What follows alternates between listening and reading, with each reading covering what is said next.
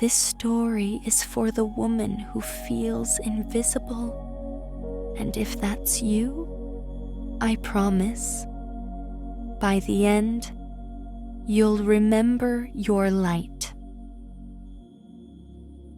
So get comfortable. Wrap yourself in a blanket or just close your eyes and let this story hold you gently, completely, and just for you. She woke up before the sun. Again, the house was silent, except for the whisper of the kettle and the soft rustle of socks on the floor.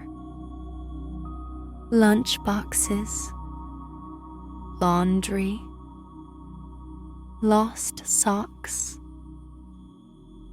a little heart drawn at the bottom of a lunch note, though no one would notice it was hers. She moved through the day like breath through glass, invisible, necessary, unnoticed. She smiled when they were happy. She held them when they were not. And when something went wrong, even something small, he would sigh or frown or walk away. And somehow, she always felt like it was her fault. Maybe I'm just too sensitive. Maybe I need to be more patient. Maybe I'm the reason he's like this. She didn't remember the moment she started shrinking, but she had, a little bit every day, until her voice felt too loud and her needs too much, and her presence something to apologize for.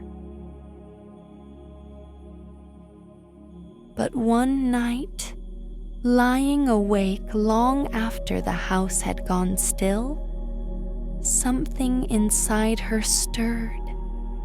It wasn't anger. It wasn't even sadness. It was clarity. A whisper from within. I'm tired of apologizing for existing. I deserve to be seen. I am not the problem. She turned on her side, pulling the blanket around her like a shield.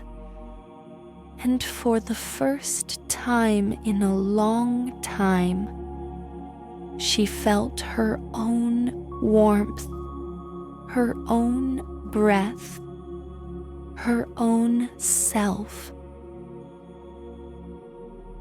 I give so much, and that is beautiful, but I am allowed to receive too. I am not selfish for wanting kindness. I am not difficult for asking to be heard.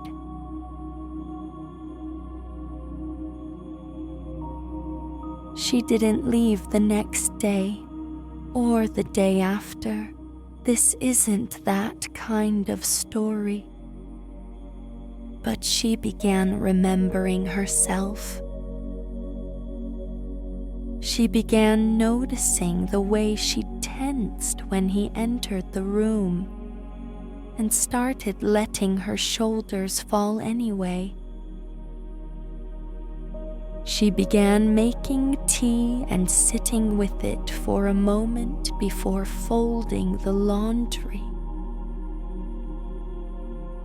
She began saying, "I don't like that," without a smile to soften the words. And something in the air changed. Not because they finally saw her, but because she finally did. I am enough. I matter. I exist for more than what I give. In the days that followed, nothing outside her changed. The same plates, the same silence, the same small dismissals. But something inside her began to breathe differently. She started noticing the quiet ways she had been disappearing. The way she smiled when she wanted to cry. The way she rushed to explain herself, even when no one asked. The way she apologized for things that weren't even hers to carry. And for each of those old habits, a new thought started to bloom. I don't have to earn love by disappearing. I am worthy of softness, even when I am not perfect. I can be a whole woman, not just a role. One afternoon, she stood at the kitchen sink, hands in warm water, the hum of the fridge in the background.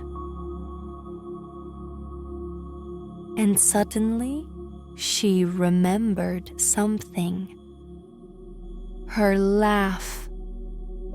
Not the polite laugh, not the tired laugh, but the one that used to shake through her ribs and echo out loud. She hadn't heard it in years. "Where did I go?" she whispered. "And how do I come back?" That night, instead of scrolling or folding or fixing, she sat in bed with the lights on, and she began to write. Not a to-do list, not a grocery list, but a letter to herself. Dear me, I see how tired you are, how long you've tried to be enough. I see how you bend and shrink and hold everything together. But you don't have to live like this anymore. You are not here to be convenient. You are not here to carry silence on your shoulders.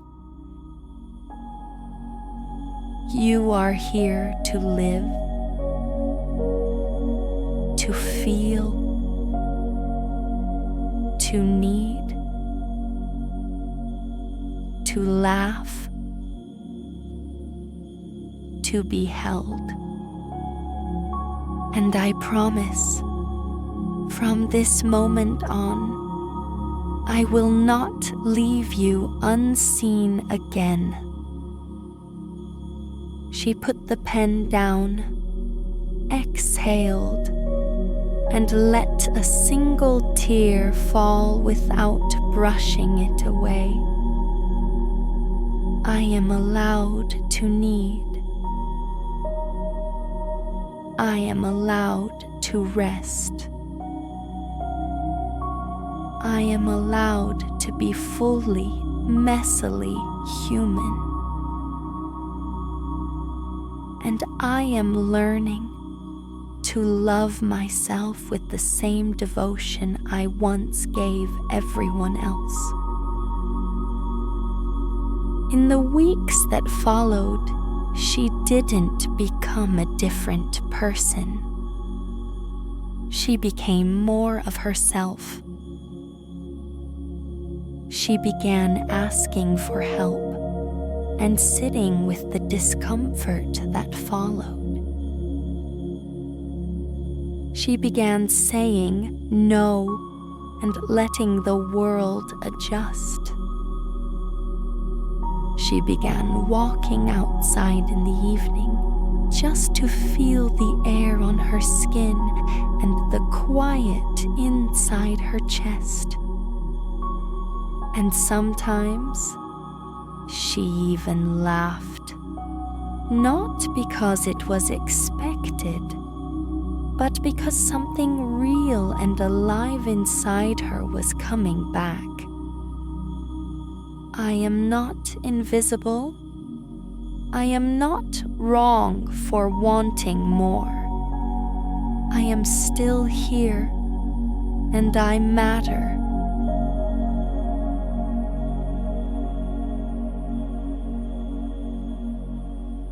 So if this story is finding you tonight, and you feel like you've been fading into the background of your own life, this is your sign. This is your soft revolution. This is your permission to come home to yourself. You are not too much. You are not too broken. You are not alone. You are worthy exactly as you are. And your light is still there, waiting to be seen.